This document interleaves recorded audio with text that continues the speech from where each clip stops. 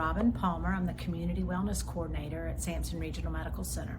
One of my jobs is to help people find things that make them feel good, like exercising, which really means just moving your body. You can dance, or you can swim, or you can run.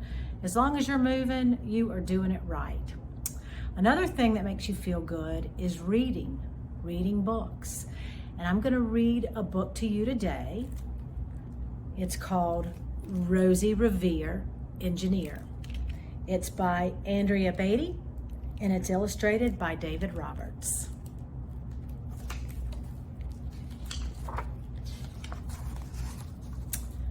Rosie Revere, the Engineer.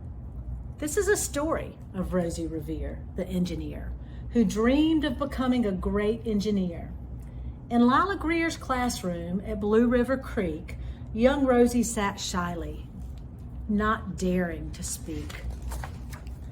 But when no one saw her, she peeked in the trash for treasures to add to her engineer's stash. And late at night, Rosie rolled up her sleeves and built in her hideaway under the reeves. Alone in her attic, the moon high above, dear Rosie made gadgets and gizmos she loved. And when she grew sleepy, she hid her machines far under the bed where they'd never be seen. When Rosie was young, she had not been so shy. Now she worked with her hair swooping over one eye and made fine inventions for uncles and aunts, a hot dog dispenser, and helium pants. The uncle she loved most was zookeeper Fred.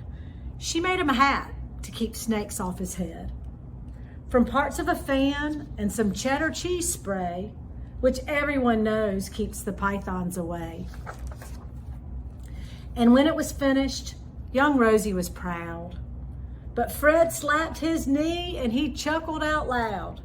He laughed till he wheezed and his eyes filled with tears, all to the horror of Rosie Revere, who stood there embarrassed, perplexed, and dismayed.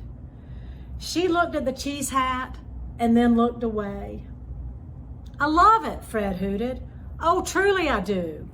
But Rosie Revere knew that couldn't be true. She stuck the cheese hat on the back of her shelf, and after that day kept her dreams to herself. And that's how it went until one autumn day, her oldest relation showed up for a stay. Her great Aunt Rose was a true dynamo who'd worked building airplanes a long time ago. She told Rosie tales of the things she had done and goals she had checked off her list one by one. She gave a sad smile as she looked to the sky. "The only thrill left on my list is to fly.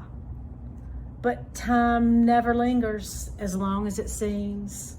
So I'll chalk that one up to an old lady's dreams." That night, as Rosie lay wide awake in bed, a daring idea crept into her head. Could she build a game to make her aunt fly? She looked at the cheese hat and said, "No, not I." But questions are tricky, and some hold on tight. And this one kept Rosie awake all through the night. So when dawn approached and red streaks lit the sky, young Rosie knew just how to make her aunt fly. She worked and she worked till the day was half done, then hauled her cheese copter out onto the lawn to give her invention a test, just to see the ridiculous flop it might turn out to be. Strapped into the cockpit, she flipped on the switch.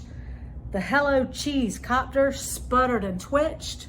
It floated a moment and whirled round and round, then froze for a heartbeat and crushed to the ground. Then Rosie heard laughter and turned round to see the old woman laughing and slapping her knee. She laughed till she wheezed and her eyes filled with tears, all to the horror of Rosie Revere. who thought, oh no, never, not ever again will I try to build something to sputter or spin, or build with a lever, a switch, or a gear, and never will I be a great engineer. She turned around to leave, but then great Aunt Rose grabbed hold of young Rosie and pulled her in close and hugged her and kissed her and started to cry. You did it! Hooray! It's the perfect first try. This great flop is over. It's time for the next. Young Rosie was baffled, embarrassed, perplexed. I failed, said dear Rosie.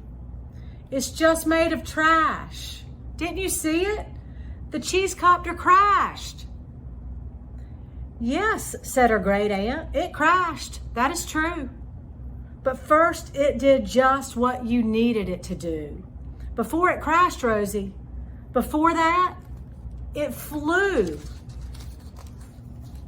Your brilliant first flop was a raging success. Come on, let's get busy and on to the next. She handed a notebook to Rosie Revere, who smiled at her aunt as it all became clear.